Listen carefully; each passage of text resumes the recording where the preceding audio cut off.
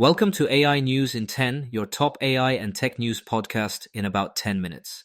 AI tech is amazing and is changing the world fast. For example, this entire podcast is curated and generated by AI using my and my kids' cloned voices. Happy New Year. And a big one for AI and tech. Today's headlines: China flips the switch on a major cybersecurity law that explicitly folds in AI. A wave of US state AI and privacy rules starts today, from Texas to California to the Midwest. CES week is upon us, with Nvidia and AMD primed to frame the agenda. A federal judge halts Texas's App Store age verification law hours before it would have taken effect. And across the Atlantic, Bulgaria joins the euro as Cyprus steps in to lead the EU. Moves with real implications for fintech and digital policy. Let's get into it. But first, let's hear a word from our sponsors. Need elite developers fast? Elite Coders connects you with rigorously vetted senior engineers in 24 to 48 hours. Staff augmentation, dedicated teams, or full project delivery, we've got you covered. Visit elitecoders.co to get started today. Now let's dive into today's stories. We'll start with China, where it's not just a new year, new you, it's new year, new rules. As of today, January 1st, 2026, amendments to China's foundational cybersecurity law take effect. Why does that matter for AI? Because the revision explicitly backs AI research and development, including computing infrastructure and training data resources, while tightening obligations for network operators and critical infrastructure on security, content, and incident response. In short, more carrots for AI development and bigger sticks on compliance. China Briefing has the details. The law's AI language comes with a push to standardize governance. Ethics, risk monitoring, and security supervision are explicitly called out in the statute, and regulators are expected to follow with detailed implementation rules. For firms operating in China, the signal is clear.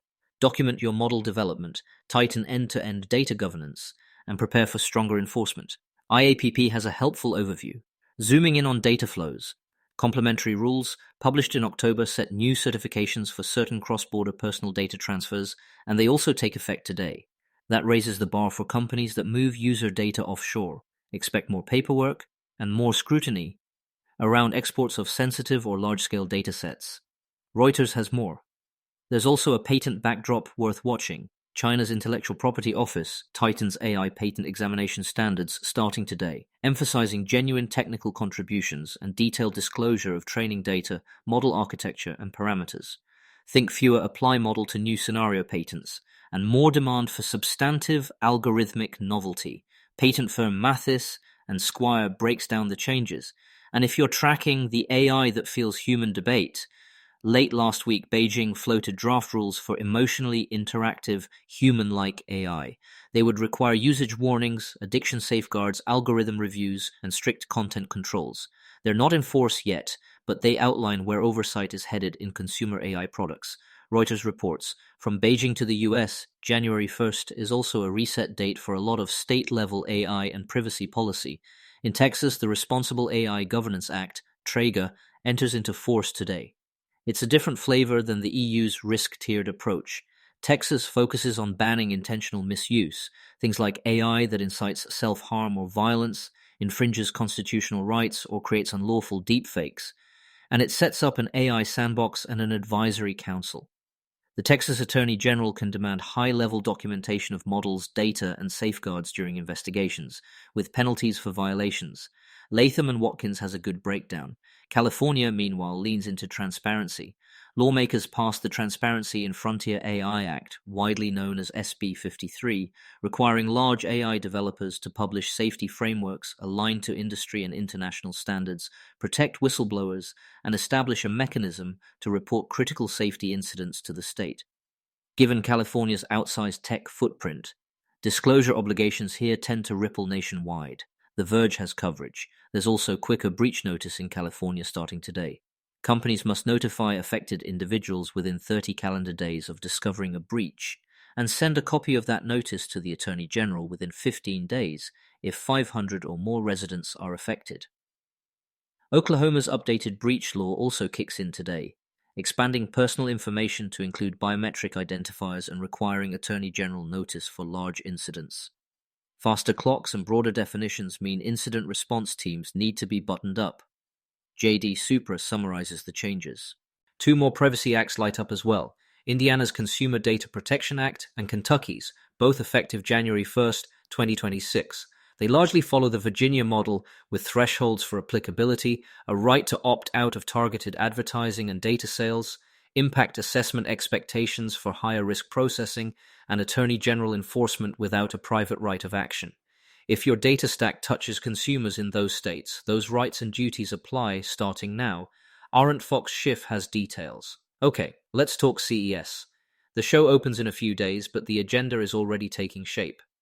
Nvidia is staging a live presentation in Las Vegas on January 5th, with CEO Jensen Huang expected to outline what's next in accelerated computing, robotics, and physical AI, the stuff that turns models into machines.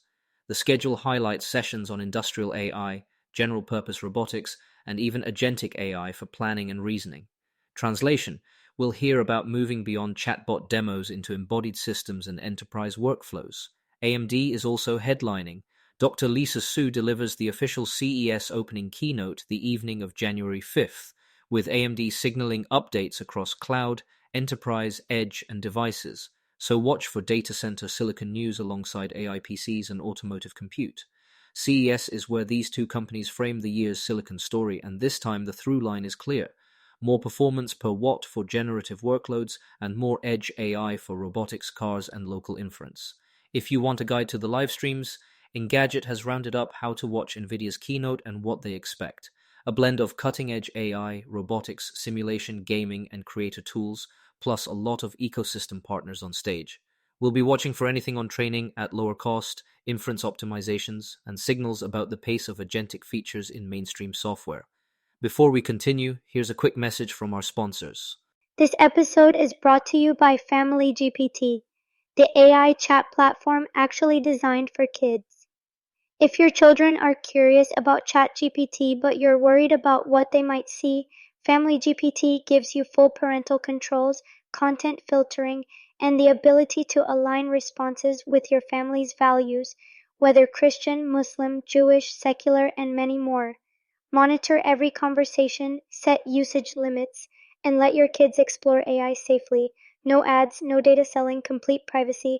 Sign up free at familygpt.chat. That's FAMILYGPT.chat. All right, let's get back to it. Back to Texas for a legal curveball. Just before the ball dropped, a federal judge in Austin issued a preliminary injunction blocking the state's App Store Accountability Act from taking effect today. The law would have required app stores to verify users' ages and obtain parental consent before minors could download apps or make in-app purchases, raising a tangle of privacy, speech, and implementation questions for Apple, Google, developers, and families. The court found the law likely violates the First Amendment and isn't the least restrictive way to achieve the state's goals. Texas plans to appeal, but for now, enforcement is paused. Reuters reports, this is an important signal case. States are experimenting with screen time limits and youth online safety rules, but when statutes compel broad gating of speech or mandate intrusive age checks, constitutional headwinds get strong.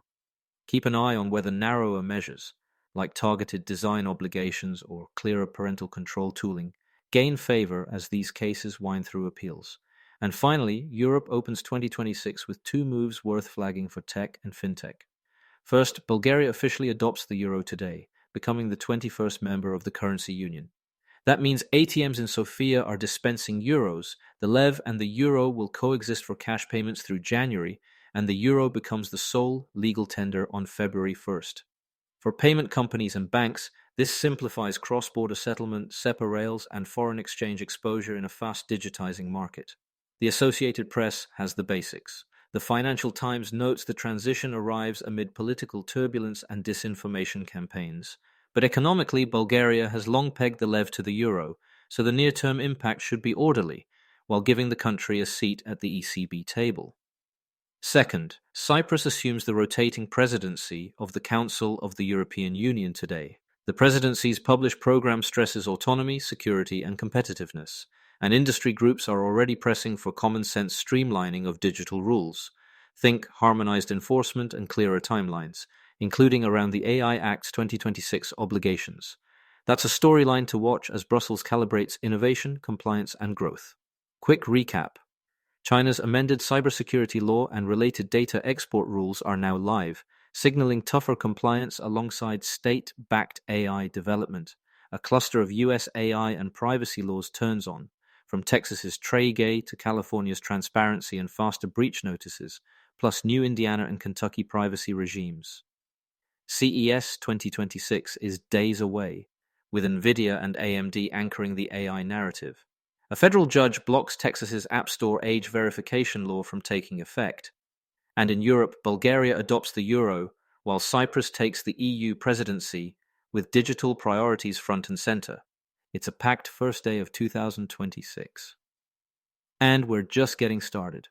Thanks for listening, and a quick disclaimer, this podcast was generated and curated by AI using my and my kids' cloned voices. If you want to know how I do it, or want to do something similar, reach out to me at ahmad@ainewsin10.com. That's ainewsin10.com. See you all tomorrow.